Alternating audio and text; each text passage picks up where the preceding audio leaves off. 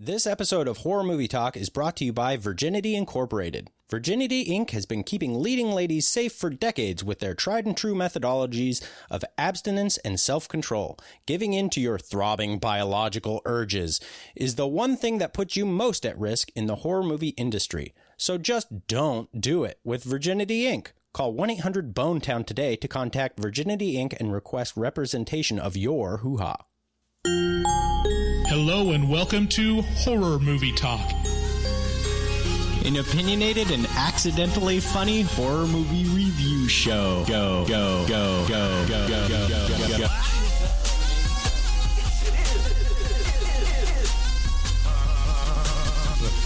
The stroll through the scraggly woods. He had no face! Horror! Sabrina, don't just stare at it, eat it. New theatrical releases always get priority. But we also review older horror movies, both good and horrible.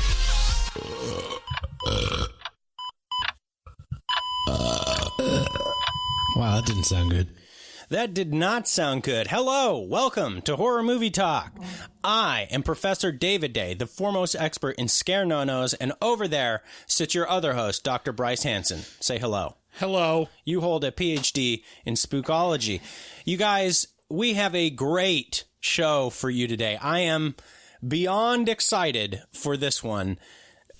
My skin's a-tingling thinking of this spooky tale. My skin's a-tingling just thinking about this spooky tale. That's right. Today, we're going to be talking about, just a little indie flick you might have heard of. It's called It Follows. And don't forget to check out our website. That's horrormovietalk.com. You got to put a www in front of that sometimes. I don't know. You don't. I'm getting a no sign. It redirects on our producer, Brendan's saying no. Also, from there, you can find links to all our social media. You know, we got all of them. We even got the ones you don't want to follow us on, like Lincoln did. Yeah, we were even on Pinterest. Yeah, we're on Pinterest, bitch. Get on it. We post new episodes every single Wednesday, so make sure to subscribe and leave a rating on Apple Podcasts, because that really helps us out. We're really cranking on that. If everybody can just keep doing that, we'd appreciate it.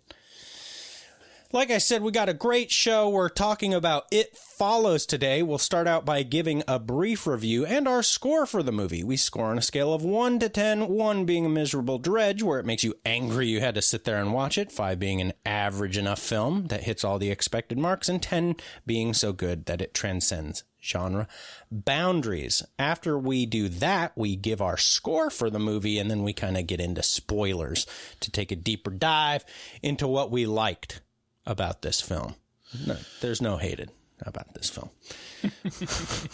Later in the episode, we will be gracing you with another interview of Kat Solen, who is one of the directors of the Adult Swim show, The Shivering Truth, whose season 2 has just started, and it airs on Adult Swim at midnight, right next to J.J. Villard's Fairy Tales, which you should also check out because they've supported the show with interviews in the past. Check out our Robert Englund interview on the Nightmare on Elm Street review we did last week.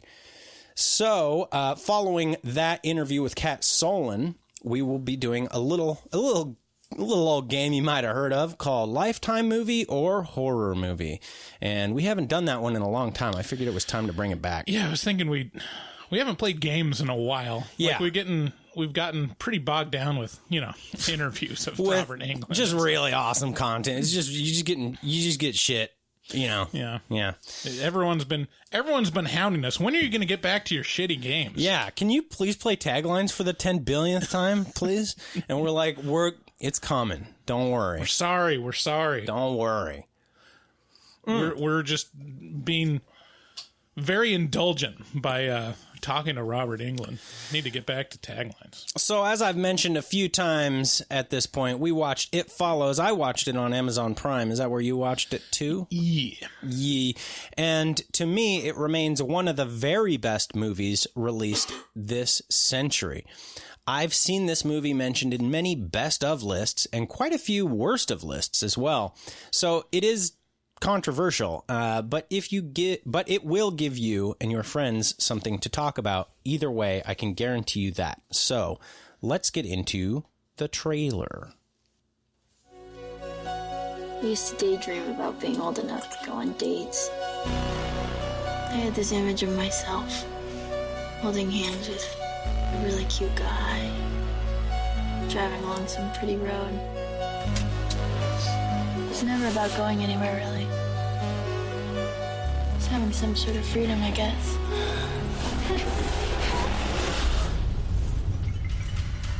Jay, you awake? What did you do? You're not gonna believe me, and I need you to remember what I'm saying. This thing, it's gonna follow you. Somebody gave it to me, and I passed it to you. Wherever you are, it's somewhere walking straight for you. All you can do is pass it along to someone else. I'm scared. I need to find him. What did he really do to you? Apparently, he used a fake name to rent a house in the city. This isn't real, I swear to you, this is just some game. If it kills her, it gets me, and goes straight down the line whoever started it. What exactly is supposed to be following you? I don't know. Something happened. It's not what she thinks, okay? You don't believe me. Mom? No, it's me. Everything's okay. It could look like someone you know, or it could be a stranger in a crowd. Whatever helps it get close to you.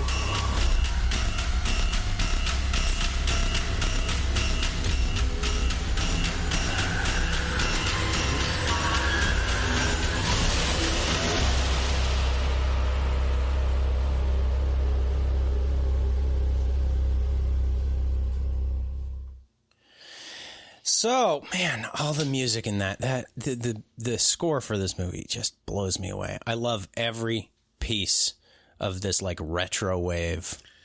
Yeah, I don't think there's much. I mean, when it rolls like the music credits at the end of the credits, it's like 5 pieces. Yeah, they do a lot of them. Well, a lot of them are that just over and over and over kind of. But I mean, it plays throughout the movie pretty. Yeah, the theme is pretty great though. Yeah.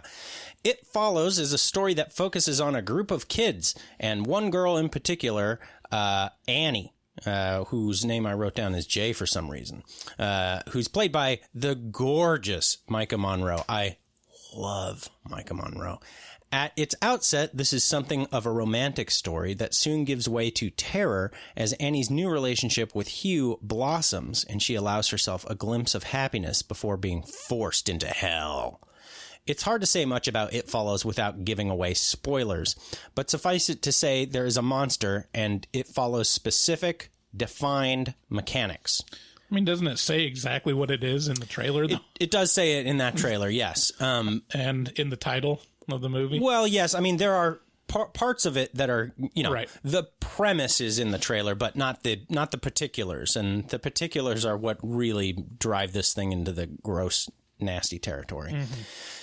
My review of It Follows starts with when I first saw it. I first saw it in theaters, and I knew nothing about it other than it was a horror movie. When I walked out of the theater, I had the distinct impression that I had seen horror history. The care that went into making everything about this movie is immediately apparent. The musical score, the framing and the attention to detail, the use of extras in this movie is dead on. I love how they use extra actors in this movie. They're just a constant threat. Mm-hmm. It's flawlessly executed to my eye, and to add to that a concept that is unique and taps into the core of our humanity, and I think you come away with a perfect movie. It's more than just a chilling concept or a well-executed film. It Follows feels like a new thing in horror. It feels like a movement towards the conceptual idea of what drives horror. Strip down the overburdened tropes and monsters that make up what horror was for decades, and it just leaves the bare essentials. like it or hate it, I can promise you that this movie will give you something to debate with your friends for years to come. What was your first impression of this movie, and what is your impression now? I think, I didn't have as big of a reaction as you did with first viewing. But yeah, when I saw it, it was very apparent that it was a fully packaged, realized piece, and it works. Upon repeat viewings and listening to the criticisms of it, I will concede that yes, it is a little slow.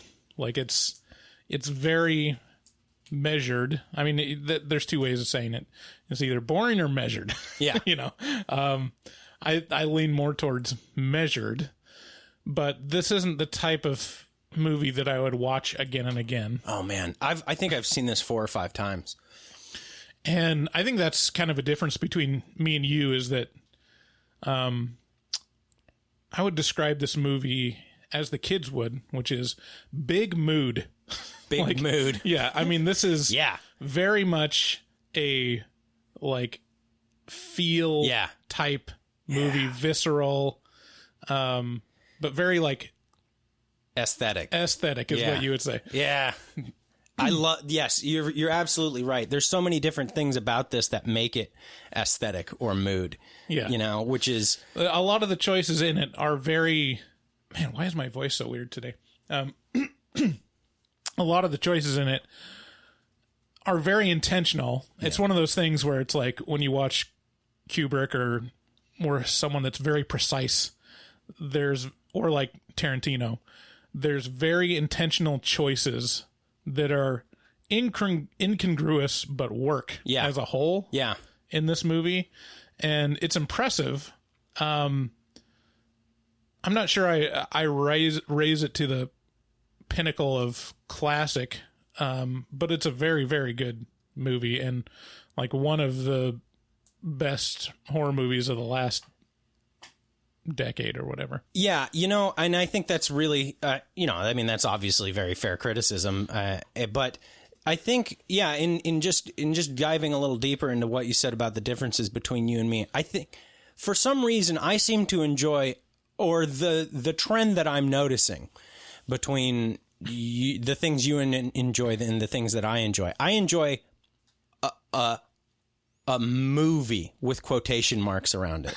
I like a thing that is very specifically a movie. It's Kubrick. I like The Shining. I like the 2001 Space Odyssey.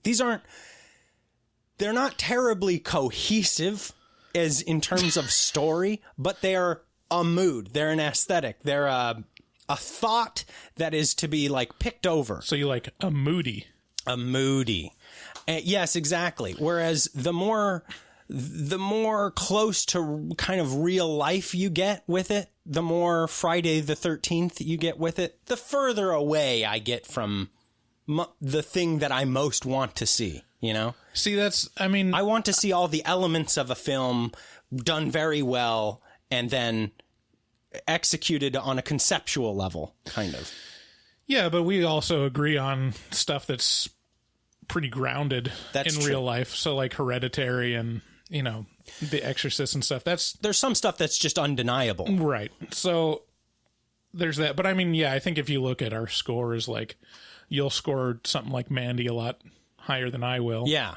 And that just goes to your aesthetic, which is very much visceral and the feel of it. Yeah. And I'm thinking more I like stuff that's more empathetic. Yeah. Or more humanity based. Yeah. That being said, it's a good movie. I wouldn't turn anyone away from it. I think the people that say it's a bad movie are wrong. Yeah, I think they're definitely wrong, but that's just my opinion, man. So my score for this movie is obviously this is top 3 horror movies. Yeah, this is one of your favorite movies. Yeah, so 10 out of 10 from me. What are you giving it? Where does it land? I'd give it a strong 8. Yeah.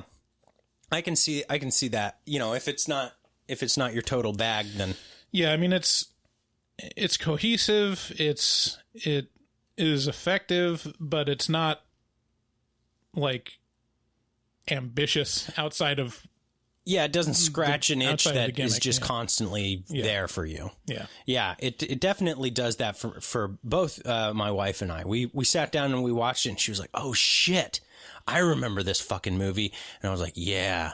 And we were just like, I mean, it's hard for her to stay awake at night and watch movies, but I'm pretty sure she stayed awake for the whole thing. It's just, both of us are like sucked into this kind of thing.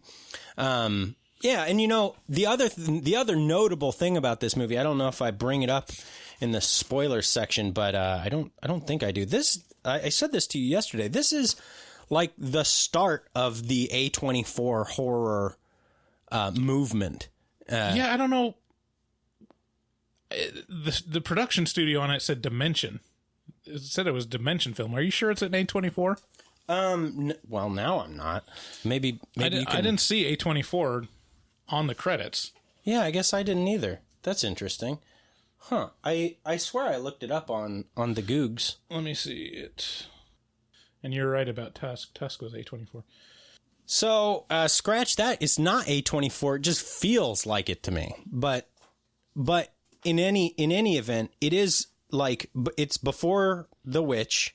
It's before Hereditary. And it feels like one of these extremely low budget, high quality horror movies that is focused primarily on story, or disturbing subject matter over, you know, thrills and chills, kind of like crowd pleasing, like right, much more dread focused than scare focused. So with that, I'd like to bring you an emergency alert. Horror Movie Talk reviews new movies, and that means we rely heavily on theaters. Our favorite theaters are the small, privately owned ones in our community, and during this corona shutdown, all of these theaters are in serious jeopardy. Horror Movie Talk has decided to help these theaters the only way we know how, which is to feature them in our podcast and talk about them. So today we'd like to continue our support of our hometown's Kiggins Theater in Vancouver, Washington. That's Kiggins. This Depression-era theater has had several lives, from movie theater to church to antique store, and now back to a fully restored movie theater. Then they serve beer, so that's very important. Mm-hmm. The Kiggins has been host to hundreds of events. Actually, I learned this. Kiggins was responsible for theaters in Washington able to serve beer. There's like... No shit. The Kiggins Act. What the fuck? Was like allowed small, independent theater establishments to serve alcohol. Well, you need now. If it wasn't cemented before, it is now. You need to support these guys because they are fabulous. The Kiggins has been host to hundreds of events over the years, including film festivals, premieres, concerts, lectures, private parties. They're privately owned. They're struggling through this shutdown. They've been featured in the New York Times because of their banners that they put up during the COVID thing. COVID-19! I'll breathe on you.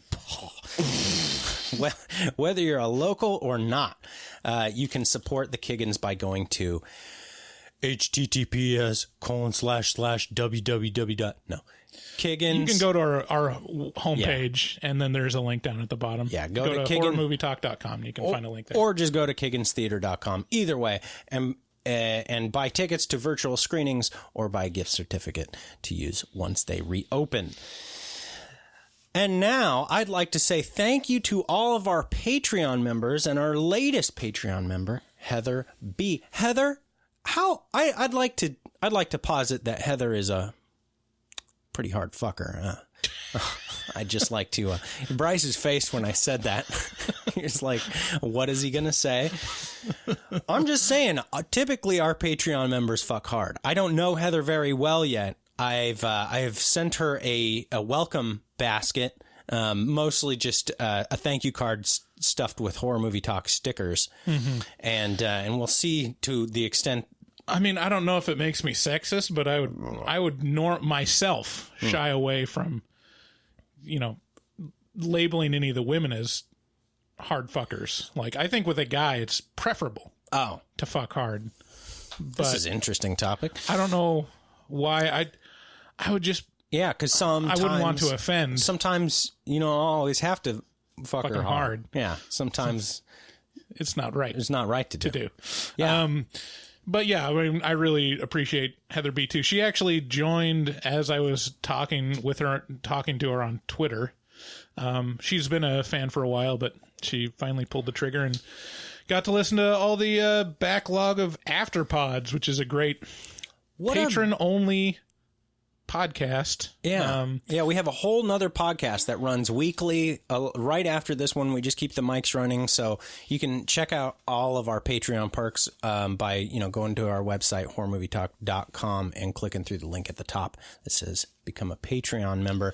And we had a touching... Oh yeah, I mean, I gotta say thank you to a bunch of our patrons that gave me several really heartfelt messages. We get pretty real on the Afterpod, and I've talked about some recent health difficulties that my dad is going through, and it's been really hard on me and my family, and there's a lot of emotional support from our patrons as well. It was the most cathartic, beautiful thing I've ever seen. Like, just people reaching out with... It's so impressive how many people can just relate. Yeah. And I can't keep going on it because it's going to make me cry. Right. But, we also talk about some recent health issues for Bryce. Bryce has been going through a little bit of a little bit of a tummy trouble, a little poop epidemic situation going on. And every time I've talked to him this week, it sounded very strained. Like, yeah, it's feeling better now, but... Well, I turned you on to Metamucil cookies, and I just like to offer you, I have the Metamucil Fiber Thins. This is the apple crisp flavor, so you can give this a try here. Oh, thank you, David. Yeah, I already went out and bought some, so I've got the cinnamon and spice ones. They're pretty good too. If you're having trouble with your bowels, you know what? Metamucil is not a sponsor. Metamucil is not a sponsor. We stand behind their product. I definitely stand behind their product because they stand behind me all day long. So also, if you would like to support the show, you can do all your shopping that you've been doing on Amazon, but just use our website to click through to Amazon. Go to horrormovietalk.com, click through the link at the top of the page that says buy stuff on Amazon, and then from there, buy stuff on Amazon after that. And then we get a pretty good little kick in the pants from that. And we can take those kicks in the pants because we have taken our Metamucil in the morning. Also, if you like streaming horror movies, check out Shudder, Shudder.com, and they offer a free trial. Normally, it's pretty lackluster in the length of free trial. 7 days? 7 the fuck days. Is that shit? But for our listeners, if you use the code HMT at checkout, you'll get a 30-day free trial. Also, make sure to check out our resident artist, Dustin Goebel, a professional artist who fucks with the best of them. He also takes commissions for artwork from HMT fans, so make sure you contact him at dgoebel00. That's at DGOEBEL00 on Instagram, and make your artistic dreams come true. Tell him HMT sent you, and just like a bunch of his stuff. Blow his shit up. Share it. And simultaneously, what about Max? So on Instagram, at Max_Allen1235, he is responsible for our new intro. And if you guys want to go to a Spotify page, search for artist called Honeybee, and you'll see a dapper young man sporting a pink t-shirt for his artist profile pic. Give his songs a listen. I promise you'll dig him. I think there's two songs under his Honeybee name right now. Anyway, so thanks again for listening. Thanks again for listening, and let's get into spoilers.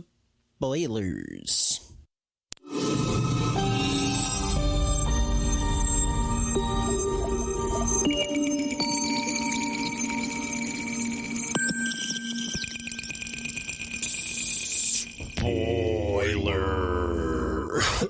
Oh, COVID-19. Okay. My first note on this movie is incorrect. This is not an A24 film. It just feels like it. I'm sorry. That's the intensive and thorough amount of research that we put into these movies. It was a foregone conclusion. It was a foregone conclusion. There was no research that needed to be done on that aspect of it. Yeah, I was like, well, this is certainly an A24 film. So the movie starts off, this movie is the pinnacle of show don't tell. Like, it does not, it overtly explains the premise when it needs to, but everything else is just very show don't tell. It's not like, oh my God, who's that walking at the camera? No, they just walk the guy at the camera, and then you're like, oh shit, who's that guy? And then he passes, and you're like, okay, anyway. So, yeah, the one thing that I'd really point out as show don't tell is the themes of this movie. They do not hold your hand and say, this is what it means, or this is what it's about. Yeah. There's a lot of ways to interpret what the moral to the story is. Yeah. And it works. Yeah. There's a few things we're going to get into that I love about this movie, like opens the floodgates on. But it starts off with a gunshot and a girl running out of a house. Just a beautiful young lady, scantily clad, but in high heels, strangely enough. Huh. What's that about? This is a horror movie. And from there, she's like out in the middle of the road, and she's so upset looking. She's like, she can't take her eyes off of the house that she came out of. And some lady next door is like, honey, are you okay? Do you need help? And she's like, I'm fine. Like, everything is cool. Yeah, why not say, no, I'm not fine? Well, because, can you please give me a car ride to the next state? Well, yeah, I mean, that would spawn too many questions, right? A logical person, like, if some beautiful girl came running out of a house next door to me, I'd be like, are you okay? Do you need help? Okay, it's okay, sweetheart. I got you. All right, I'm just gonna, what's going on? What's the problem? And then by that time, the thing's gonna come. I can't see it because of the rules that we're about to go into. But, yeah, anyway, so there's like this retro. I love the music in this right off the bat. It comes in with this retro wave, sort of like kind of Psycho inspired. I mean, this is before Stranger Things. Yeah. 2014. Yeah, or right around then. I'll look up. Continue. Yeah. And it's very much kind of a retro mood, even though it intentionally makes it impossible to place the time of this film. Yeah, they go to great lengths to make the film feel old, but still unplaceable. Yeah, so here's a couple of things that you will notice. Like, every car in the movie is like from the 70s or earlier. From the 80s, 70s, and 60s. Like, yeah. But it's very hard to tell. Like, there's the Buicks from the mid 80s that are real boxy. That's kind of the core of the vehicles. But then there's these older vehicles, like much older. And so you're constantly like, wait a minute, what? Yeah, so there, like, every car is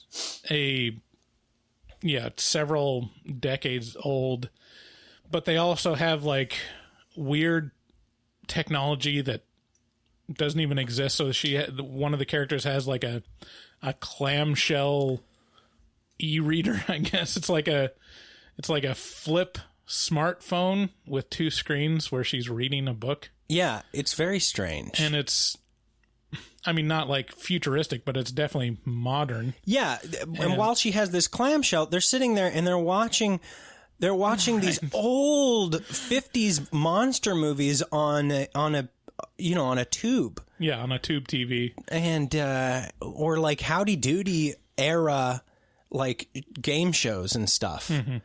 And then at the end, when their big plot to electrocute the monster in the, Olympic-sized swimming pool, which, I don't know, you're an electrician. Could you have envisioned that working? I mean, well, we'll get into, definitely not, but it's a very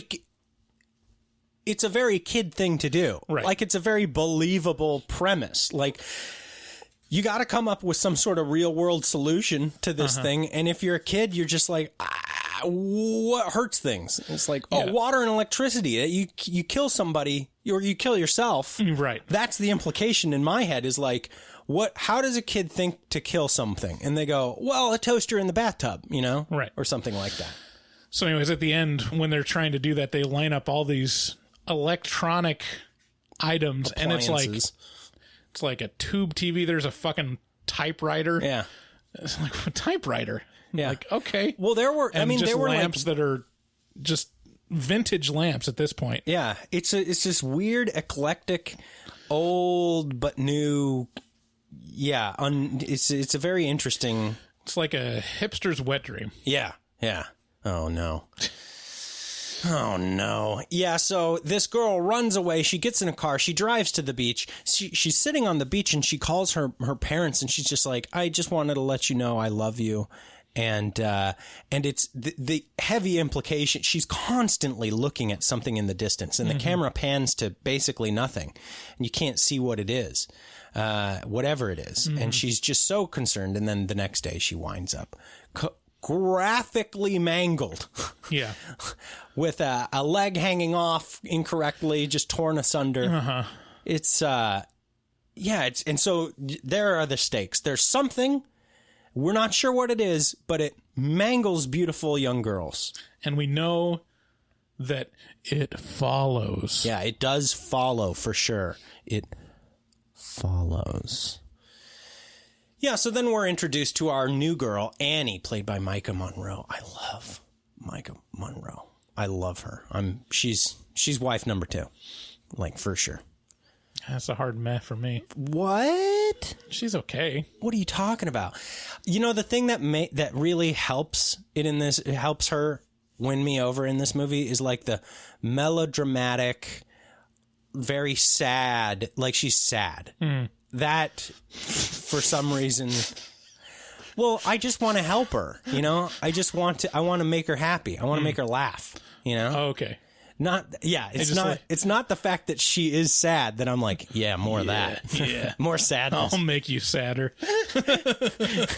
You want to know what real sadness is? Lay down in bed with me, lady. You look like you've made a lot of bad decisions. Why stop now? Yeah, so we meet her, and she's sexy and distant. She's constantly, like, aloof. And I love that, too. Like, this like, inaccessible, I'm here with you, but not really. I'm elsewhere. Okay. Yeah, I love that. I love it. The more, no? What's the thing that does it for you? I don't... Engagement? Meaningful engagement? What the kind of freak are you? I don't know. Personality-wise? Sure. Like, funny.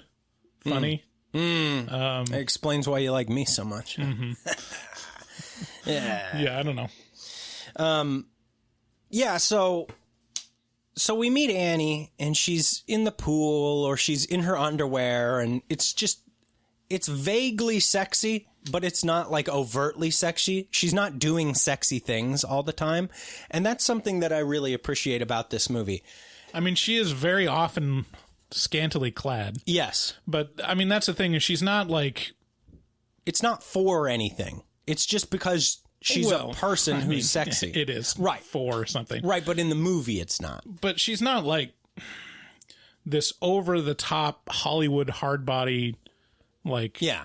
She's a regular girl. Sex doll. She's like, she looks like a normal girl. Yeah. That's attractive, But beyond that, this movie deals with, okay, so maybe I should get into the monster and boobs, boobies, tits, titties, tig old biddies, machines. So she's clearly sad and alone, but she starts dating this young man named Hugh.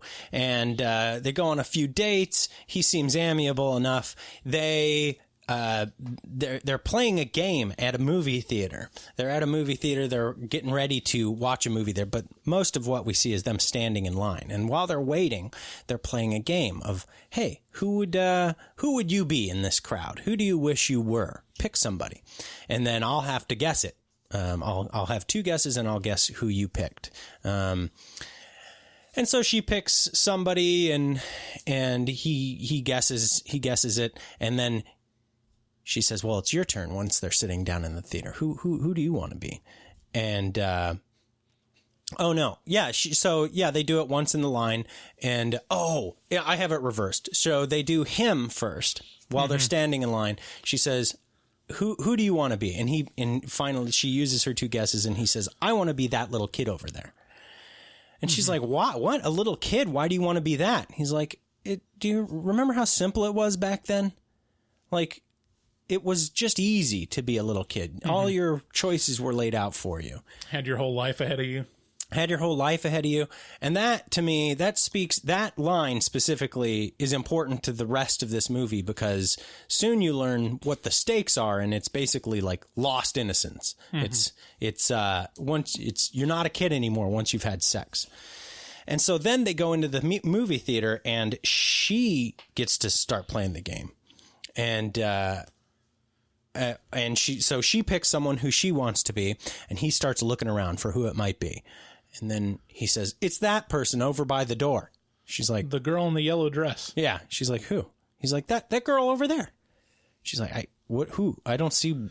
In the doorway. And he's like, oh shit. He gets panicky. He goes, we got to leave.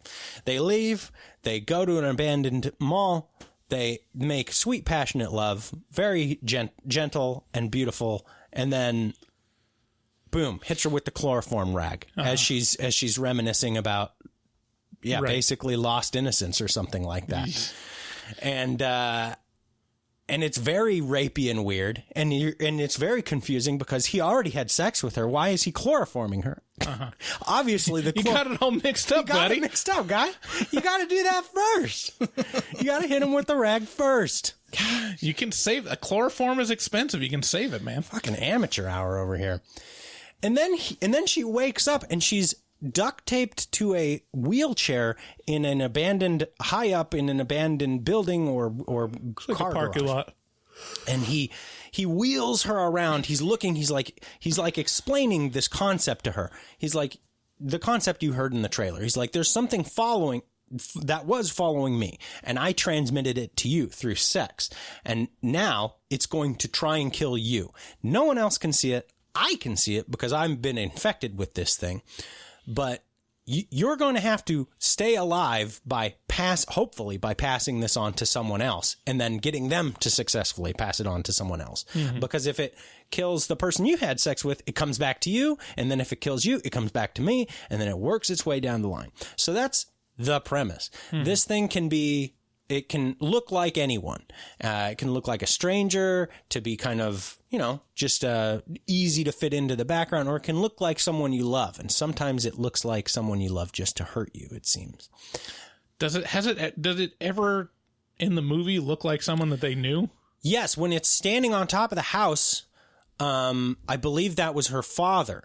Because a similar looking dude is in the pictures in their house. Oh, okay. But it's such they driving away from their house and this thing standing literally on the peak of the roof, just looking at her and totally naked. A lot of times this thing is naked, which is so, it's so, or scantily clad, like a grandma in a nightgown, something like that. It's like, ugh. So now that we have the premise of this whole thing, this is what I wanted to talk about. The way this movie deals with this premise is so great because this could be so crass and gross, because this is a sexually transmitted disease, basically. So this whole movie could be just a bunch of really vulgar and sexy sex that's being had all over the place. And to an extent, there's a little bit of it, but mostly, and it could be rape. You know, there could be a lot, because think about it. There's 3 ways that you get rid of this thing. You trick someone into loving you and having sex with you, or at least liking you enough to have sex with you. You actually get someone you actually fall in love with someone and have sex with them, or you rape them. Those are the options. Right. And it's so fucked up. Like, the whole stay alive part of this thing is really dependent on you passing this horrible thing on to either someone you've tricked, who you actually love, or you've raped. So I have a couple questions about the mechanism of this. This is where it breaks down. If you have sex with multiple partners, are they all infected? This is an interesting. This is the other thing I love about. Does it go down? Like, could you insulate yourself by having sex with 10 people, and would it have to kill those 10 people? This does not break it down. This just adds an interesting element to it, which is I love this about this movie, is the theory craft that you can do with it. You know, it's like the question, what would you do in a zombie apocalypse kind of thing? And that's a very fun question to ask and answer. Same thing with this movie. Yeah, this one is very simple. Like, the first solution that would come to anyone is only, like, barely alluded to in this movie, which is kind of great, because it just kind of winks at you of like, yeah, we're not going to do that. What is it?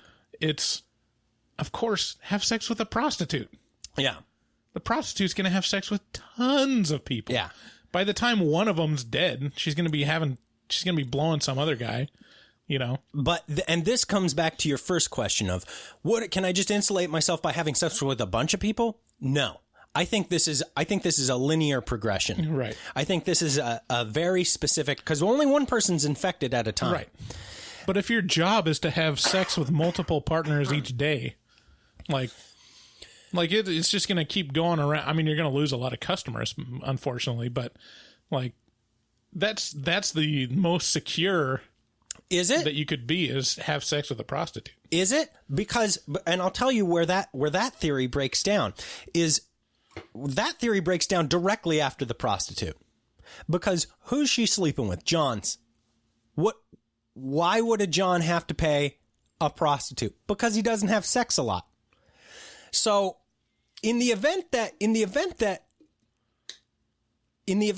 she sleeps with a dude, and that dude is homely or obviously has to pay for sex, it's going to come right back to her pretty quick. Yeah, but then she's going to have sex with someone else really quick. Maybe. By the time the little lumbering is going to be walking down the road, she'll be like, I watched a little documentary last night called Lot Lizards on Amazon Prime. Okay. You might be surprised to know that hookers are not necessarily, they're 8-hour-a-day job that you envision of just having sex with 8 different people for 1 hour. It's probably more along the lines of like 3, 4, 5 a week. Sure. 5 a week? No. Maybe. No. Yeah. I don't know. Yeah, you don't know. Depends on the level of hooker, I guess. It sure does. There's no pimp that's going to be like, oh, yeah, that's okay. If you didn't earn anything today. Hookers don't solely exist with pimps. Sure. Okay, well, then have sex with one that does. That someone with a pimp with with a firm hand that's going to make sure that she works, Yes. So I'm going to posit that there is a better, more effective way to do this than hookers, which is swingers. Swingers, yes. You want a group of people who fuck regularly. Or just anyone in the adult industry. Or, well, yeah, but that's a pretty tall order. Swingers, low bar entry. You getting to have sex with, I don't know, Gianna Michaels. Yeah, doubtful. But you having sex with some swinger. With enough money, you can create your own production company. I mean, how much is your life worth to you? It follows production company. Yeah. But this is what I love about this movie is you can do this. You can sit here and be like, I think the best way to do it, and I'm going to say the actual best way to do it would be to create a user manual or a presentation or a PowerPoint that you can pass to the next person to educate them and help ensure that they can educate the next person following them. Right. You want to create a presentation that simply but effectively gets across the point of you got fucked. Yeah. Literally. You really do. So that's one whole realm of like, what would be the best way to shove off responsibility? Who could you have sex with that's going to have sex with a lot of people is one thing. The other thing is like, it doesn't seem that hard to protect yourself. Like, the same thing with like a zombie apocalypse. Like it's just this slow moving, relatively dumb thing that you never see it like do lock picking, you know, just don't live somewhere in a concrete, you know, place with more than one door with no windows. I mean, that's it. Well, but then it's going to be, I mean, you're underplaying the severity of the danger. I don't know. The other one would be if you happen to, here's what you would do. Here's the ideal person to have sex with. You find... Well, the ideal person to have sex with is always me. You find... okay, this is going to sound really bad. Not me. It wouldn't be me. This would be like... Bryce getting out of the horrible thing he's about to say. Someone in high school, if they, you know, have sex with a girl who's split between her divorced parents and is bi-coastal.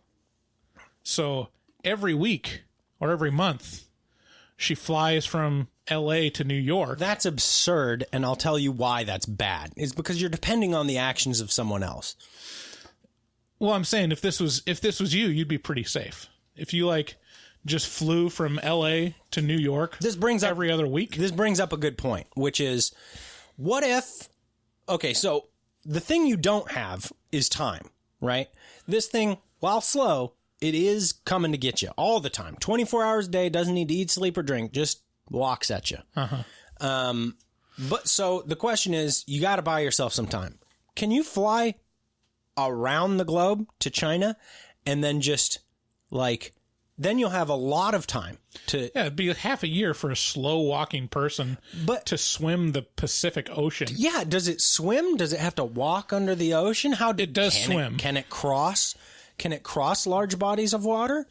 Yeah. I mean, it was swimming in the pool at the end. It was? It was able to grab her.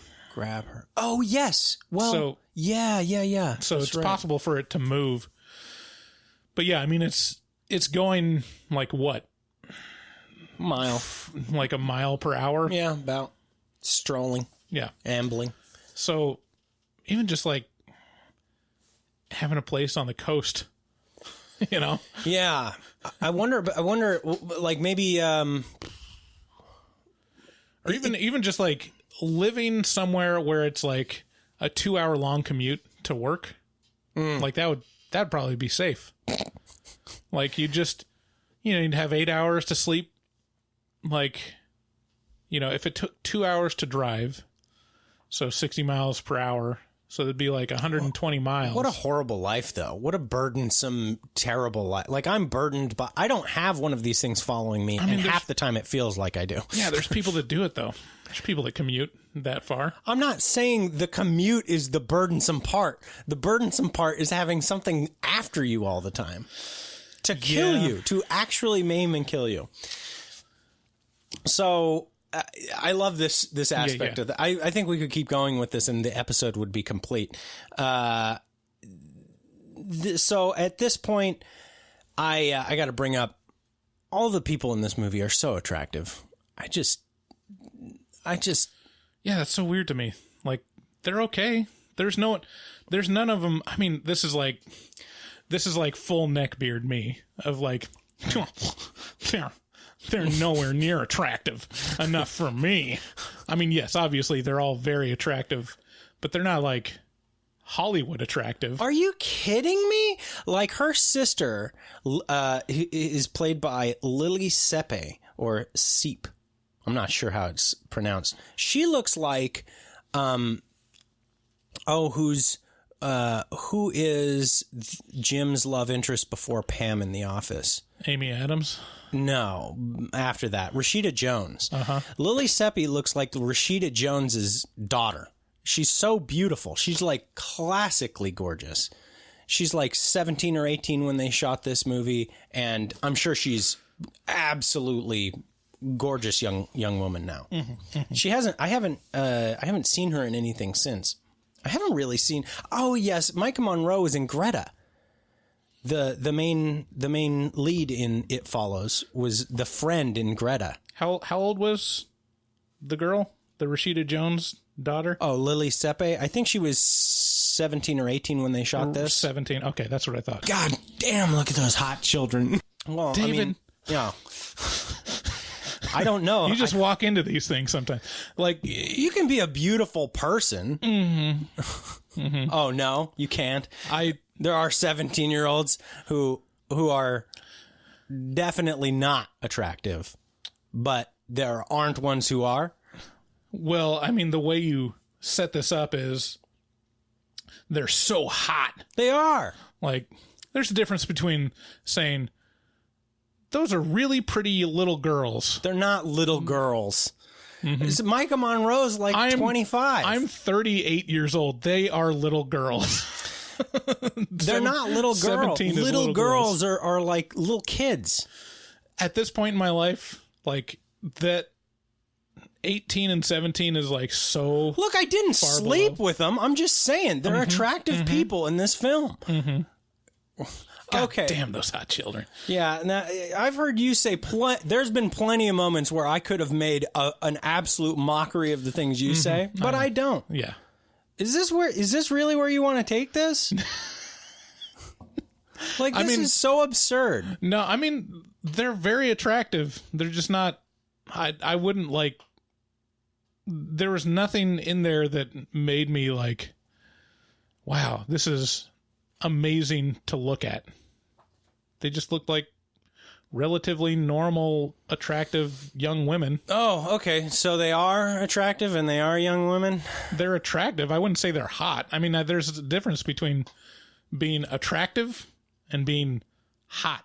I'm sorry I minced words. I apologize. I'm sorry they weren't up to your standards. Like I said. What? Yeah. They're not that good looking. Well, there you go. So the other part about this movie, and I've kind of alluded to this, this is such a gross concept. The thing is spread by sex, and while the movie does feel kind of gross, sorry, I skipped ahead to here. What would your strategy be? Your next bullet point. Oh yeah. Want to talk about politically incorrect? Well, I'm just saying, like, if you're talking about legit strategies, that's probably a pretty good one. Okay. I'll let you dig your own grave on that one. So how this thing is spread is really nasty, but the movie itself doesn't go into like this disgusting realm. It could go like dark. It could go like hostile dark, or what I assume to be hostile dark, because I haven't seen that movie. Yeah.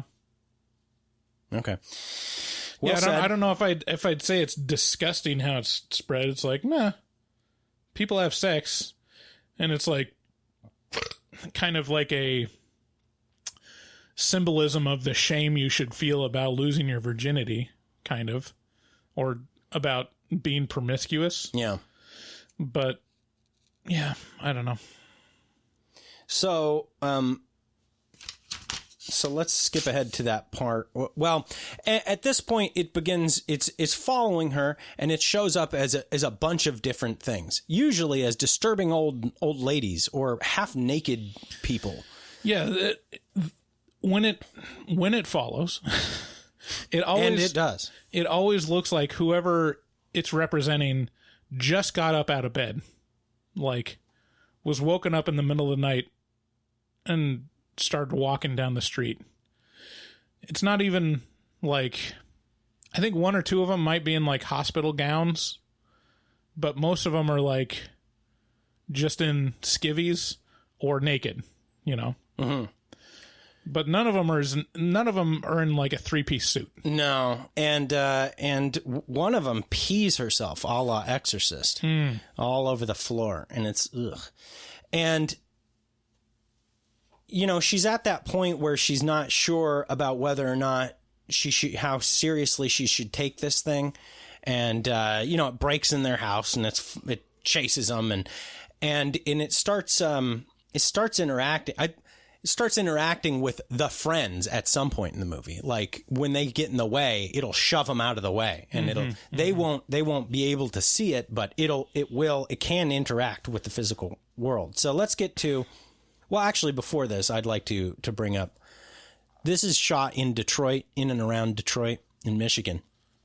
And that's just a hole in one for me in terms of like, yeah, definitely big mood. Big mood. Like it's shot between the suburbs and basically what they describe as 8 Mile. And I don't know enough about Detroit to be able to firmly tell you what 8 Mile is, but it's a derelict place where there are lots of derelict houses, and so they kind of live in the suburbs, but they go into these abandoned areas several times, and it works for the movie. It's one of these things that it's probably really cheap to get a lot of ambiance out of really easily. So what do you think your actual strategy I mean, would be? we've already talked about Yeah, but this. what's your solid one? Yeah, I think like prostitutes or someone in the adult industry would probably be the quick win. For you. Or just, I mean, if I wanted to take the responsibility on myself, I'd just reorganize my life to where I have to fly cross country every once in a while. So try to keep it sequestered to the middle states. But the whole other option that wasn't explored is, why don't you just trap it? Why not just trap it in a metal box with no door? Yeah, I mean, at that point, you're kind of getting beyond the scope and it's kind of more about the thought of the. It's kind of more conceptual than that. If I was using horror movie logic, then I would demurely think about having sex with someone, but then I'd be like, but should I? And then have several death scares, and then I'd have sex with someone close to me.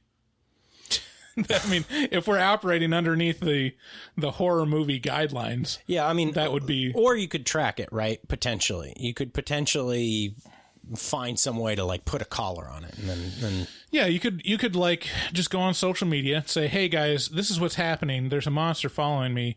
I need a group of volunteers that would like to get blown. Okay, here's another question. Mm-hmm. Does it work if you're just blown? It's a good question. I don't know, but I would like to pose what I think to be one of the most secure strategies. If we take a look at the AIDS epidemic, I'm going to absolve myself from any words that come out of David's mouth next. So at this point, this does not represent the opinions of Horror Movie Talk Inc. or Bryce Hanson. Okay, go ahead. So if you're looking at a group of people who fuck young, gay, good-looking men, and I'm not saying that they would take me, but I'm saying that if they would, this is a solid strategy, because there's no one on earth who wants to fuck more than a young man. No one. And there's no community on earth that you have the ability to fuck as frequently as the gay community. So I'm just saying, they're good at fucking. And they do it a lot. So this thing could pass real quick. Okay. Yeah. All right. Well, I mean, I'm just saying, it could work out. Mm-hmm. Mm-hmm. Okay. Just full of good points. Uh-huh. I mean, Sabrina, don't just stare at it, eat it. I think honestly, like, what if you started a Facebook group and just said, hey, everyone in this group gets to have sex with me, but you only get a moment's notice. And then just keep track of whoever dies. If you see the the thing following you, and you're like, okay, I got to go to the next person, and then just have a like a bucket of people that you can fuck. Yeah, I mean, that would require buy-in from them. That doesn't seem like it would work out. Well, if you were a hot young woman, probably wouldn't be that hard to get people on board. Whoa, now I don't appreciate your tone very much. What are you trying to say? No, come on, let's... I mean, they even said that in the movie, was like, well, yeah, you're a girl. It should be easy for you. It should be. To find someone to... And there's several... Actually, that's a good segue. There are several points in this movie where, you know, she just needs a rest. And so, you know, there's one point where she drives out to what I assume is a Great Lake. She sees a boat out there, and she's like, I just got to get rid of this thing. And it alludes to her going out to the boat and you know, having sex. Yeah. But it never shows these parts, you know, and that's something I appreciate about. Yeah. You know, okay, here's another strategy. Like how long, okay, you'd have to calculate how long would it take to walk across country just at a leisurely pace. Somebody did this. Someone calculated how far, they didn't do this. They calculated how far the thing in It Follows walked throughout the course of the movie. Yeah. But take this. If you're an attractive young woman, what you do is you fly cross country, like the very opposite end of the country or the world, really. Go to a bar, find someone, have sex with them, fly back. Like, calculate how long it would take. Like, maybe it's 5 months, maybe it's 6 months, you know, maybe it's 2 years. And then once it gets close to that time, go charter another flight, fly out and go to a bar and fuck someone else. What you don't do is fuck your next door neighbor. Yeah, she does. So there's this kid who's been crushing on her basically for the whole movie. And he does it in like a mercy sort of thing. She does it. It feels like a mercy thing for her, where she's like, fine, I'll have sex with you. Also because it helps me. But she finally has sex with him. She has sex with a couple different guys throughout the course of this movie. And this one is one that like actually feels like tender and true. But then that's after the pool scene. So the pool scene is kind of like the culmination or the pool scene feels like it should be the end. Right. It's kind of the climax of the movie where they go to this big Olympic-sized swimming pool and they put a bunch of electronic devices around the pool, and then they put her in the middle of the pool, like, you know, as the bait. And the idea, I think, is, you know, or again, it's not said, it's just shown. So you have to insinuate, but it's not too hard, where she points at the thing and then the kids around the pool throw devices in near it. Or shoot it. And the what ends up happening is it just throws all these devices at her and then leaps in the pool. Like, it tries to kill her with the electricity that they've set up. And then it gets in the pool. The thing is, they've I don't know why they've done that at this point, because there's been, I think there was a moment where it was incapacitated and then it got back up, like in a mortal way, like it was shot in the head previously, right. And it just got right back up. So it's clear that you can't kill this thing, but it is kind of kid logic. Mm-hmm. So, and the end is just kind of it's ambiguous, right? So throughout the whole movie, they have actors kind of walking at the camera, and I've mentioned this several times, and you're kind of left with this feeling of like, is that it? Is that it? And at the end, she's a girl. She's this the boy who's been crushing on her is they're a couple now, and they're walking down the street and they're holding hands. Yeah, and there's somebody walking behind them. And it's like, that's it. Yeah. I mean, there's lots of stuff to talk about with this movie. It's definitely a conversation starter. So yeah, in that sense, it's a great movie. Yeah. So who do you think would like this? I think anyone should give it a shot. I mean, if the people that wouldn't like it are people that don't like slow, measured movies where stuff doesn't happen every 10 minutes. Yeah. Yeah, it is. It's definitely a kind of a long burn.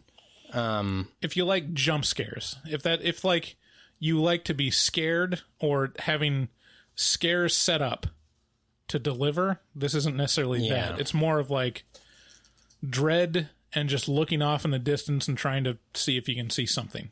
Yeah, it is what I would call a thick movie. Look at that subtle off-white coloring. The tasteful thickness of it. Oh my God. It even has a watermark.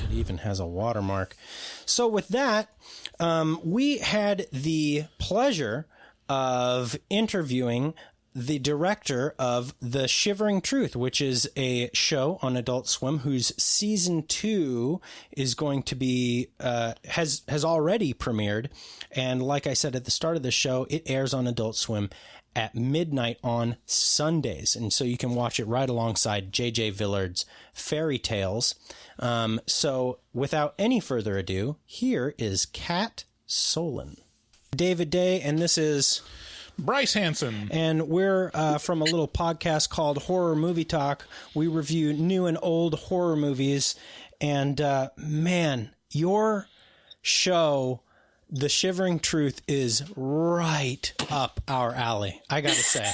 Thank you. Kat, this may be the best looking stop motion animation I think I've ever seen, and it is a medium that I've been stoked on for basically my whole life. How long does it take to produce a single episode once it hits the animation floor?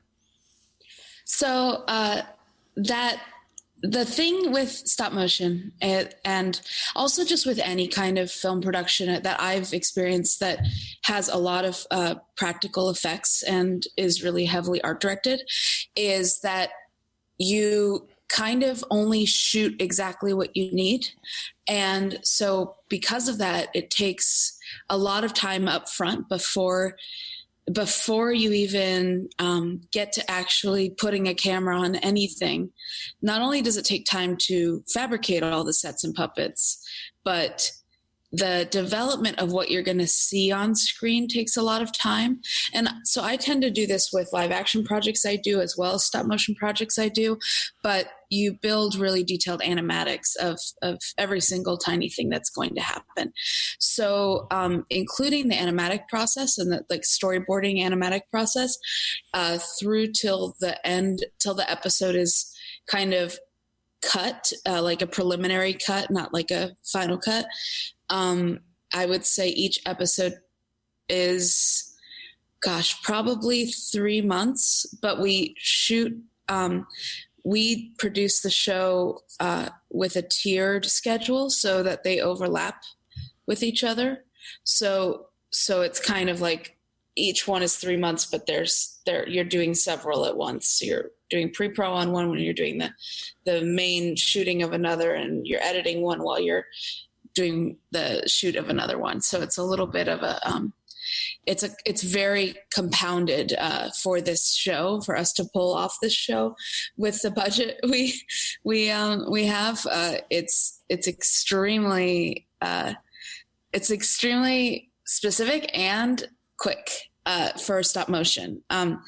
I really am flattered by what you're saying about the way stop motion looks. I also grew up as a huge stop motion fan. And I think that also made me incredibly opinionated about how stop motion looks and how different people do stop motion. Sure. Yeah. So can you tell us how The Shivering Truth came into being? The season 2 is coming out this year. It's been around for one season at least. So how did the project start? So many years ago, Vernon Chapman, who is the show creator and he writes the show, we met through mutual friends that had already kind of told us that we would really be fans of each other. They had introduced us to each other's work already. So we kind of went into our first meeting knowing that we both had this admiration for one another's kind of creative drive and what they were doing with it. And so it's sort of a first immediate kind of spark that made us both be like, okay, we're going to work together someday. And we had one of those like sort of ferocious creative instant connections where we were immediately like kind of able to bounce ideas off of each other and talk about lots of references that we shared with each other.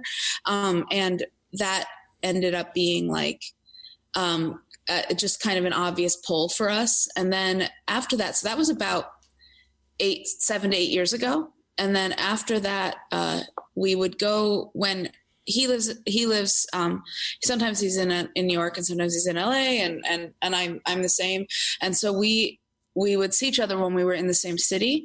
And we would have a dinner and just sit and like talk about all kinds of just art and music and movies and stories and ideas that we could possibly think of. And, it was through that process that we came to figure out the kind of show that we wanted to do. And we knew we wanted to do an anthology type series that was dark, but also kind of sad and emotional and hit on really big themes, but in kind of intimate ways. And so we knew that about it. And we knew that what we wanted it to feel like we wanted it to feel like it existed in the real world, in a very mundane world, but we also wanted to use that mundane world as a jumping off point for all the crazy heightened things that could happen within the show. And then from there, it took a lot of time, but we finally found a time when we could work together. And in that time period, Vernon had written a bunch of scripts for it. And at one point he called me, he's like, okay, what do your next 3 months look like? And I was like, I can make it work. He's like, okay, let's make a pilot. I was like, all right. So that's how we finally made the pilot for Shivering Truth. Wow. Nice. Yeah.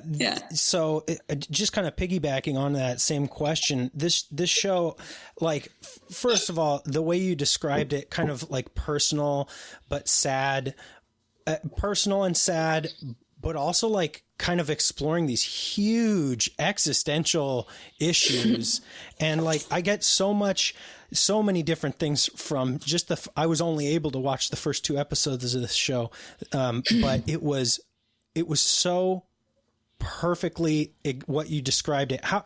How does like nihilism and comedy and horror and social critique, where does all this come from? Where do all these inspirations come from for you? Well, wow. I'm sorry. No. I like that question a lot. I'm like, maybe I need to talk about this in therapy. I think that's such a good question. I would say I come from an art background. I went to art school and, I wasn't taught traditional, like in art school, I wasn't taught traditional kind of collaborative on-set filmmaking. I was taught more creative, constructive criticism and theory and how to explore themes within the stories you're interested in telling and how to examine the things you want to show and ask yourself why you're wanting to show that and what it is about that idea that could relate to other people. And so that's like where I came from as far as like when I first, got into the film and art world, was this like very heavy kind of this studying of meaning in work that you make and being able to answer for it. So I guess it's always been important to me to figure out what something is about, even if it in the end comes off as more subjective and more surreal. I like to have meaning for it within myself. And I also like to then, even when something is, no matter how surreal something is, no matter how funny something is, and how absurd something is, I like to approach it with sincerity and try to deliver it as if it is the truth of everything. So it kind of, for me, is like, how do you tell a big, crazy, hard story through a sad lens, but then use that to make it feel more personal and emotional. I don't know if I'm answering exactly. That makes a lot of sense. Yeah, I mean, it's not an easy question to break down. How do you approach reality, basically? So, well, I like to have reason. Right. Yeah.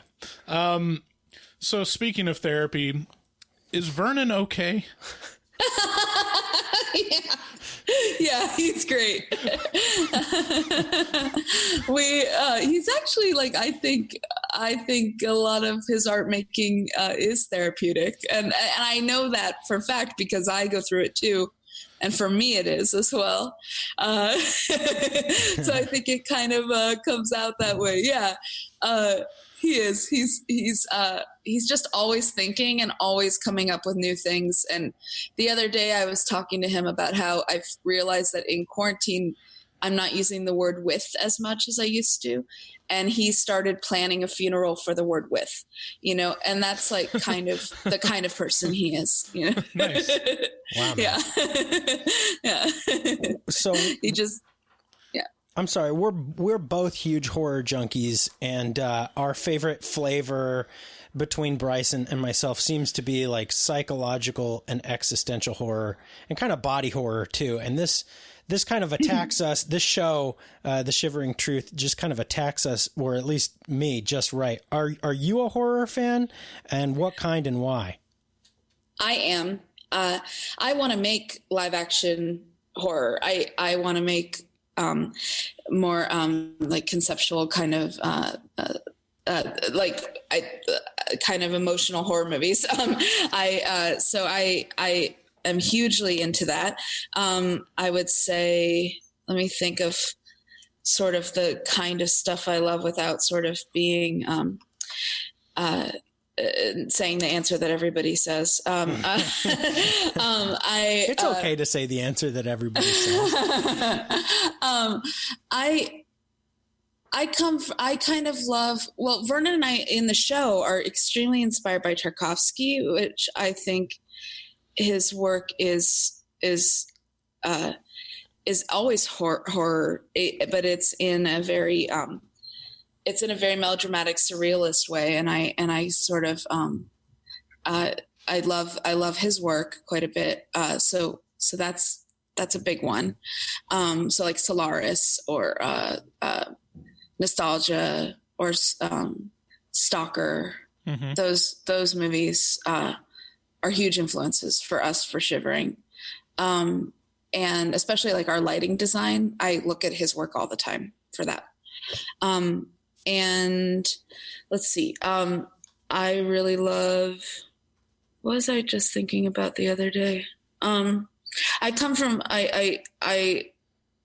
this is, oh man, I want to be able to give you the best answers. Sorry. Let me think. I'm looking around. Oh, you know what my favorite is? Well, one of my favorite movies ever that I think about all the time is The Witches, because it's Nicholas Roeg. And I also love Don't Look Now, which is also Nicholas Roeg. And that's a very classic horror film to me. And, I kind of, and it's classic in that it's about a man who's lost his daughter and how he's like losing his mind and losing his marriage in the process of losing his daughter and feeling responsible for that loss. And I like when horror movies have a really kind of personal central story that anybody can relate to. Like, like the Exorcist is about also like trying to kind of control a child that you can't control, and that you want to take care of a child that you can't take care of, I think that it's really nice when you start with something that is that anybody can relate to and then take it to the nth degree.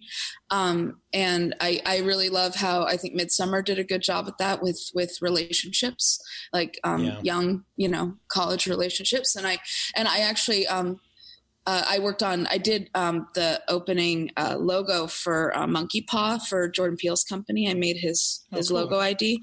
And when I first met Jordan, I talked to him about like how transformative Get Out is, in that it makes you, my favorite kind of horror makes you feel like you're seeing the world through a perspective that you could never see the world through in your own life. And then it's showing you what is different about that life than your life. And I thought that that Get Out was the kind of prime example of that. Yeah. I was wondering about Get Out, because that seems, I mean, not nearly as surreal or existential as The Shivering Truth, but definitely a little bit in there. I know that when I saw the trailer for Get Out, I just started laughing because I was like, I totally get it. That's so awesome. Because he's like what are black people's greatest fear? White people. Yeah. Yeah. It's just like, yeah, that makes sense. And for good reason. Yeah. It's a great horror. I mean, lots of depth to that one. So I kind of think, sorry. No, go ahead. I kind of think something I learned in art school that I kind of take into every single project that I do is to ask myself what's scaring me the most at any given moment, either in the themes in the story that I'm trying to tell, in just life in general, or in, or like literally what I'm afraid of as far as like, what could be a bad movie? Like if you're trying to come up with an idea, what would be the worst idea ever? And I always think that going to what your perspective of what the worst thing could possibly be is the best way to open up your kind of creative mind. And I feel like that in turn makes a lot of projects that I like doing kind of horror just inherently, no matter whether I'm trying or not, you know. Kat, we got to have you back on the show, because I love the way that you come at critique. I love it. Thank you. That's nice of you. Hopefully I want to make some feature films, and then I can come talk about those. Heck yeah, man. Oh, yeah. I mean, horror movies are going through kind of a renaissance. I know horror fans don't necessarily like saying that, but there's a lot of great, like, high quality psychological horror coming out right now, and up in the game. So we'd love to see what you could bring to the table there. Thank you. Thank you. So this is probably my favorite question, because I don't know how I would answer it. How would you describe The Shivering Truth to my Mormon mother? I have Republican parents who live in Arizona, so I understand. And actually, well, okay, I'll tell you, I have a little bit of a philosophy around how to make things that I both remain proud of, but also that I can kind of slip past my parents and convince them to watch. But the way I describe Shivering Truth, and I don't know if Vernon would like this description or not, because when he describes it, he's so much more poetic, and I really appreciate that about him. And he's a little more cryptic when he describes it. But the way that I describe it is, it's like, I don't know if your Mormon mother would appreciate this description, but it's like if the Twilight Zone was eating its own tail, was like a snake that was eating its own tail, and then it was like shitting out diamonds or pooping out diamonds. I don't know if I can swear. Absolutely, you can. Hell, fuck, damn, bitch, boob. Yeah. Wow. So that's the way I see it. That's a great way to explain it. Yeah, and also for my mom, like saying Twilight Zone works to her. Because like she's, you know, my mom has a great sense of humor, but she is like somewhat conservative, but she loved the Twilight Zone, and I kind of fit, you know, I was going through art school, just living, you know, doing experimental film festivals and art shows and installation art stuff.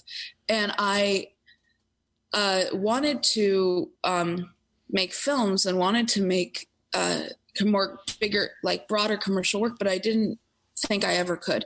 And then I finally made a music video, my first music video ever, while I was still in school, and it ended up on MTV at the time. Wow. And my parents, was that the one for Sia? It was Bright Eyes. It was his first video too. Okay. Yeah. And my parents at the time were like, you know, they wouldn't.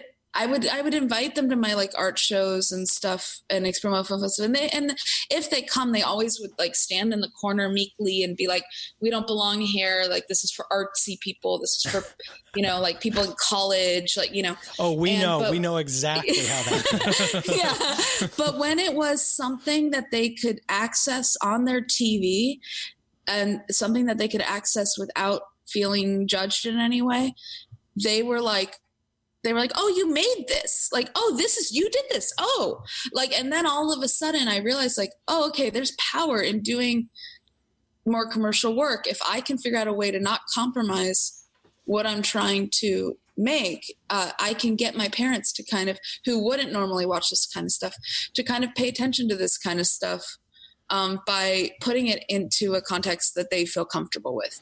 So at least like displaying it in a context that they feel comfortable with. And then like sort of creating a wedge where you get them in sort of by like telling them like, "Oh, you're going to watch a fun TV show. And then you show them more than they thought they would get. You know? Yeah. Then you see episode 2 with the mother sex doll. And that's what I was just going to say.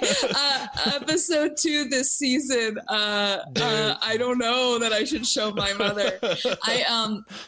Vernon, it was so funny after he wrote that episode, he called me. He's like, "Kat, I may have gone too far. This might be the one I've gone too far on." My mom is actually in the background of 2. So my mom's first marriage, there's a picture of her in a wedding dress that I have that I used in the background of both season 1 and season 2.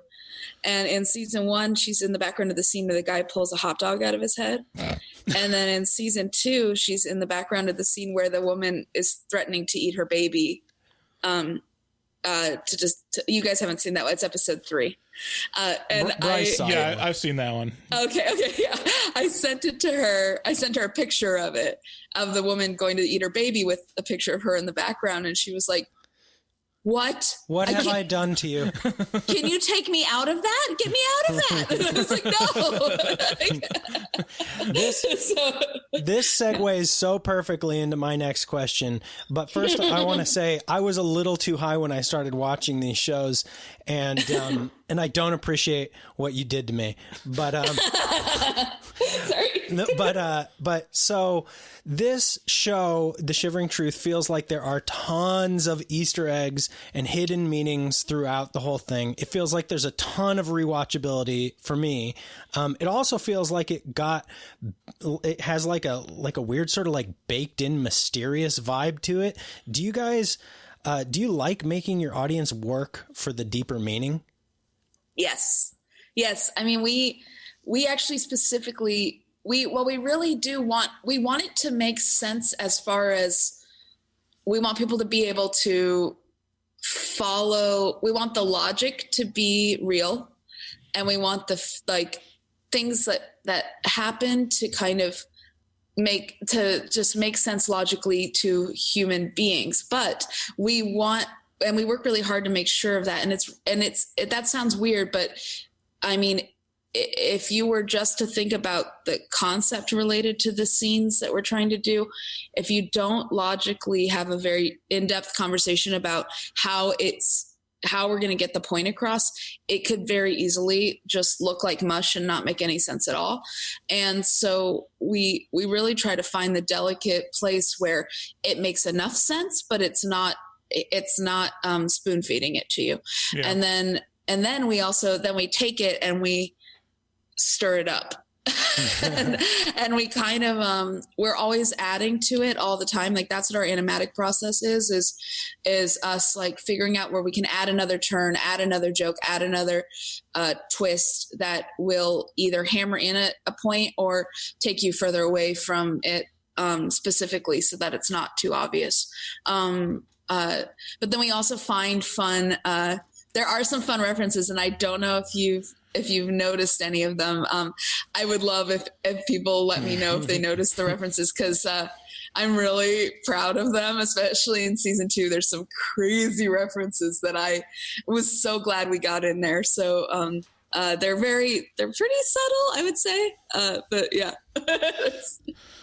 Well, yeah, we'll have to rewatch. Well, or I'll just have to wait for IMDb people to put the trivia in there to notice.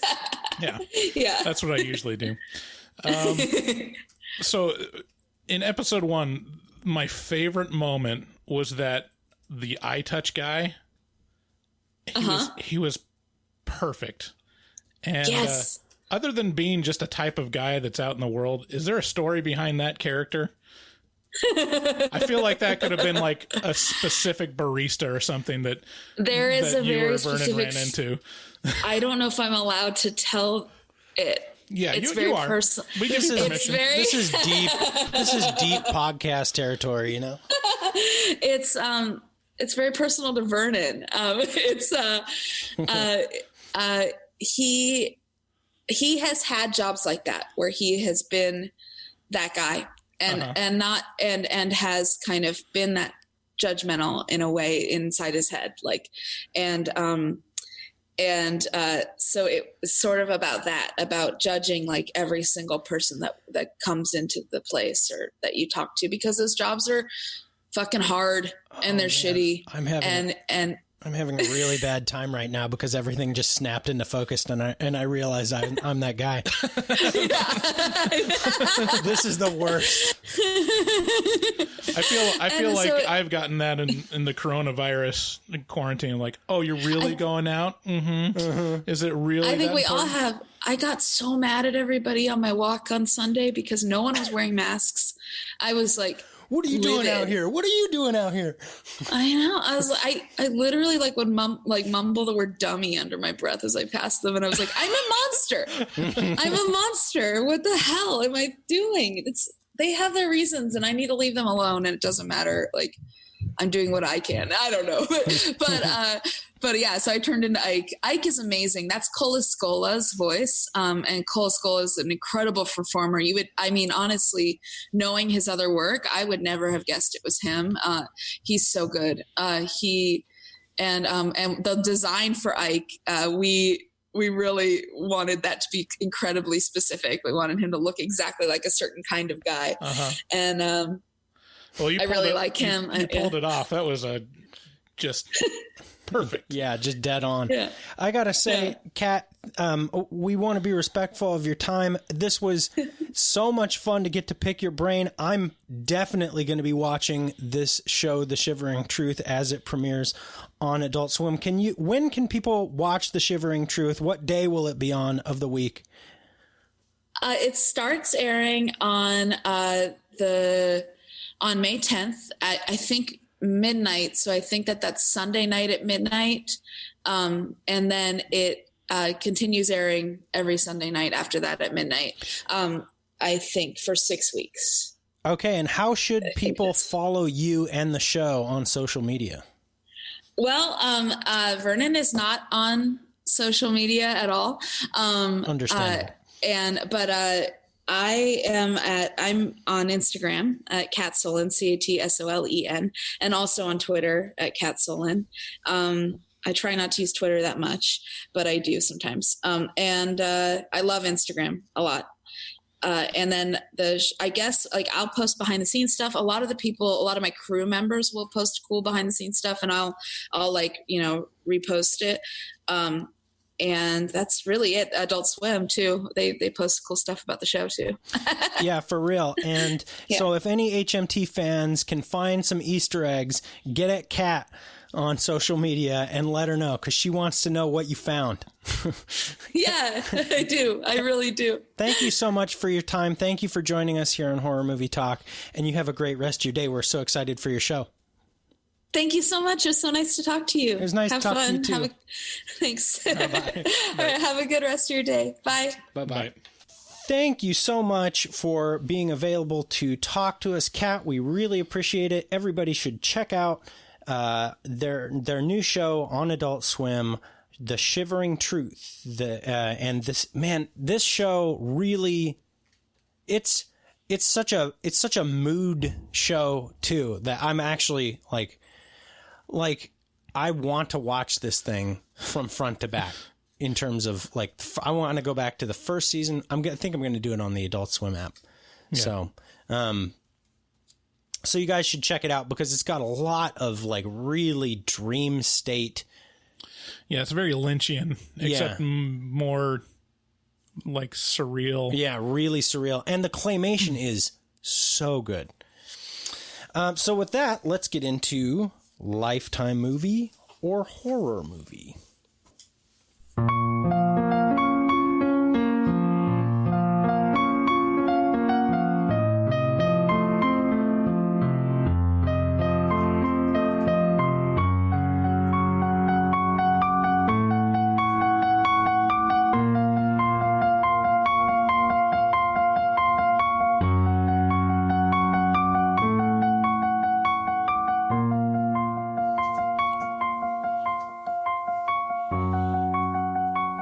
So Lifetime movie or horror movie is a game where I've prepared 5 movie descriptions for Bryce, and he has to guess whether they are a Lifetime movie or a horror movie. And you'd be surprised how interchangeable these descriptions are. So that's where it came from.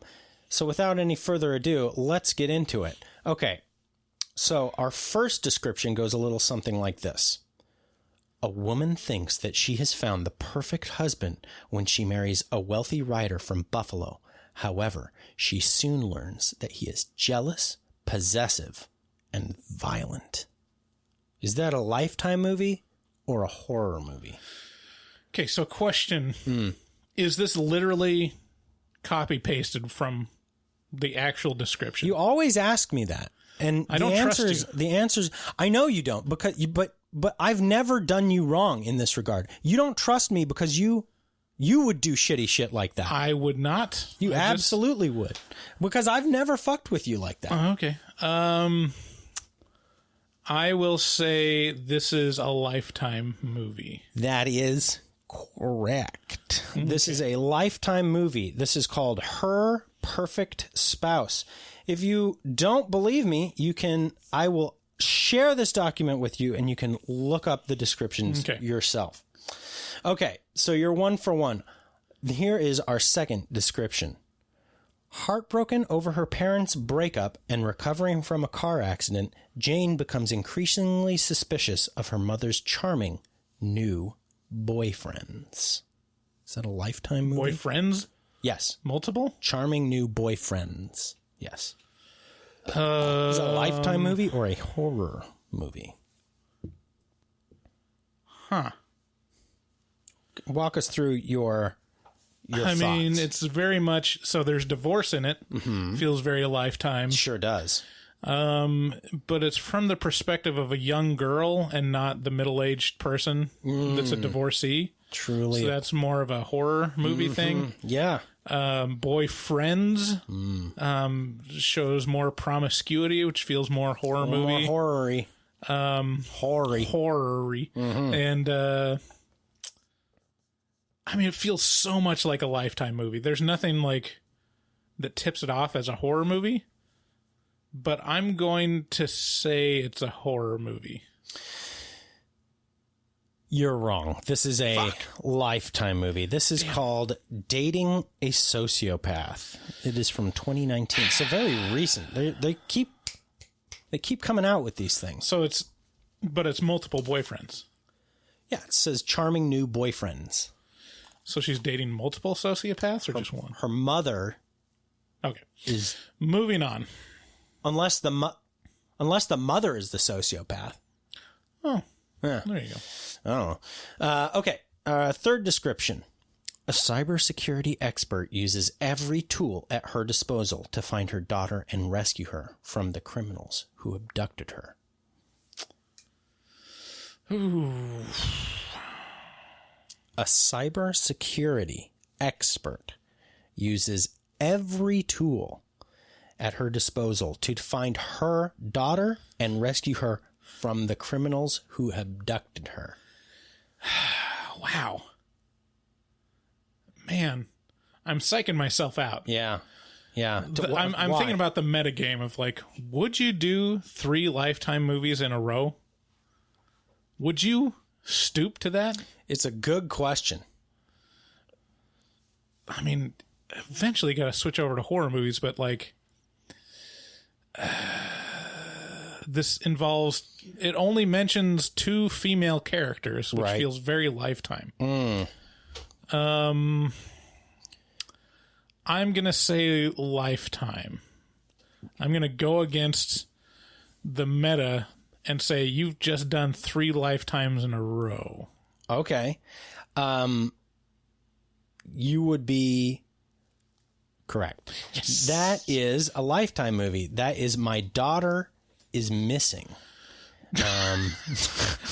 Spend a lot of time titling these. They're really, they're cranking them out. You should have seen some of the titles that My daughter was abducted. Yeah. Okay, so you're 2 for 3.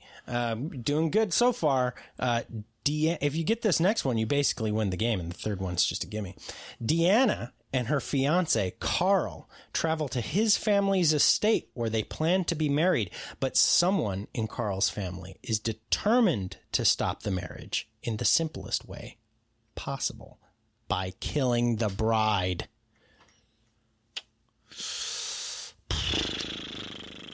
I can think of a few movies that I've seen that fit this description. Yeah, you do watch a lot of Lifetime movies. Mm-hmm. I mean, Ready or Not jumps out, but that's not how I would describe the plot of that. That was specifically the one that I was thinking about. How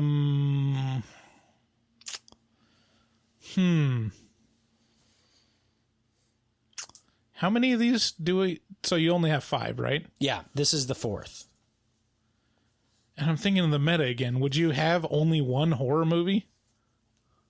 It's a good question. Is that possible? Is it? I don't see. I don't think a Lifetime movie would be so unsubtle to just set it up that way, to say they need to get away. They want to stop the wedding by killing the bride. That's it. Stop the wedding by killing the bride. It would just say, like, someone is, but somehow there's a mysterious danger or something like that. And yet here we have this. I'm going to say horror movie. Ooh, yeah. No, this is a Lifetime movie. God damn it. This is Engaged to a Psycho. God damn it. Well, wait a minute. What? So she's engaged to the psycho, or I thought it said that someone in the family. Well, Carl is in the family. And you know what they say, when you marry the person, you marry the family. So she's engaged to the family. So the psycho could just be the whole family or someone in the family. Okay. These titles aren't the best. I'm not going to defend them. Okay. So it really does boil down to the last question, or the last description, I should say. It's a horror movie, or you're a massive dick. To escape a serial killer, a single mom and her daughter. God damn it. To escape a serial killer, a single mom and her daughter enter witness protection, only to find their lives in greater danger than ever.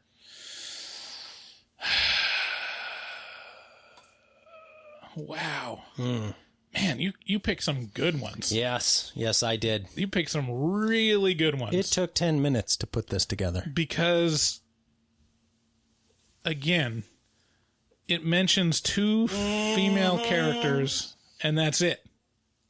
That's it. That feels like such a Lifetime. Well, it alludes to the FBI as well. They're probably in there. Yeah, There's some men in that organization. I mean, why would you assume that they'd be men?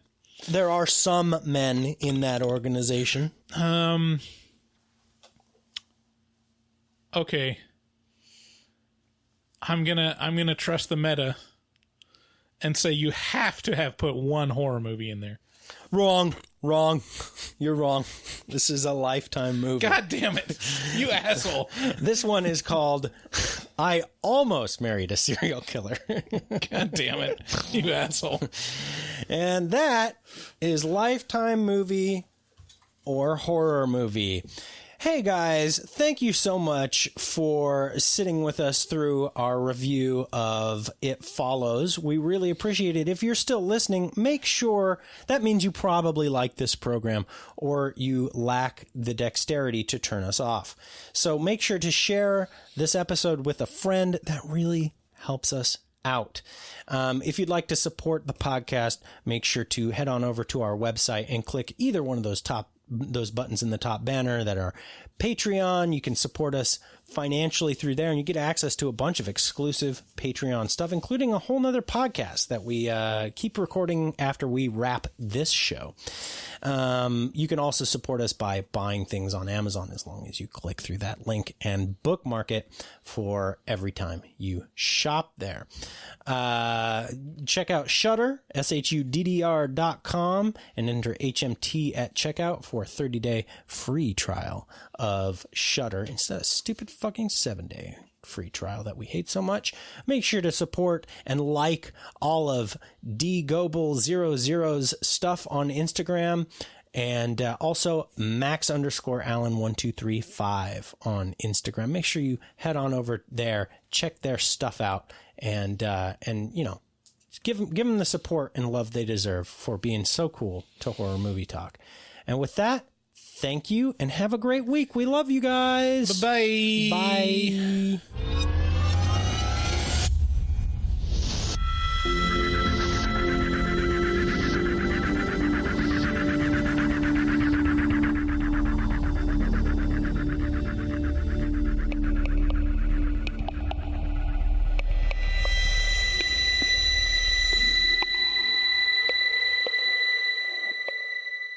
I can't believe that Bryce prefers Van Patten's card to mine.